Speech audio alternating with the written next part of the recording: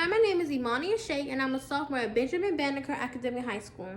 Today I'm going to be talking to you about one aspect of the criminal justice system, recidivism. Recidivism is the reconviction of someone within 3 years after release.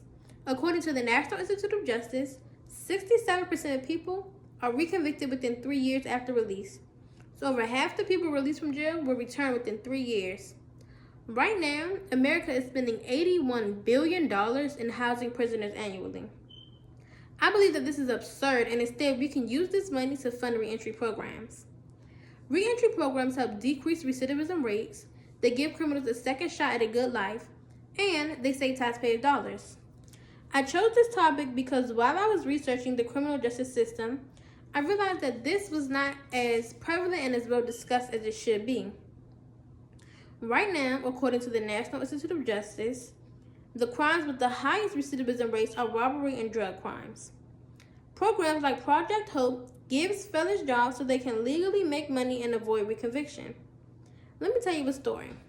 There was a young woman named Marilyn Barnes who was in and out of prison for 20 years until joining Root and Reentry.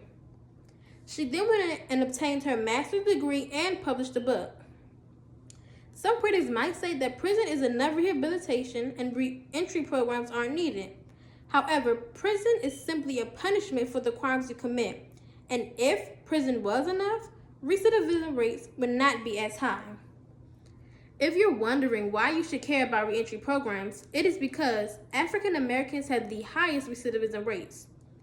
Once they're released, they're placed back in the same crime-ridden neighborhoods without the proper tools and support needed to become productive citizens. With this year being an election year, do your research. Choose a candidate that supports criminal justice reform. Also, if you know someone who's been in and out of jail, refer them to some local programs like DC Central Kitchen, Women in New Directions, and more. Remember, it is your tax dollars that fund these prisons, so it's your choice.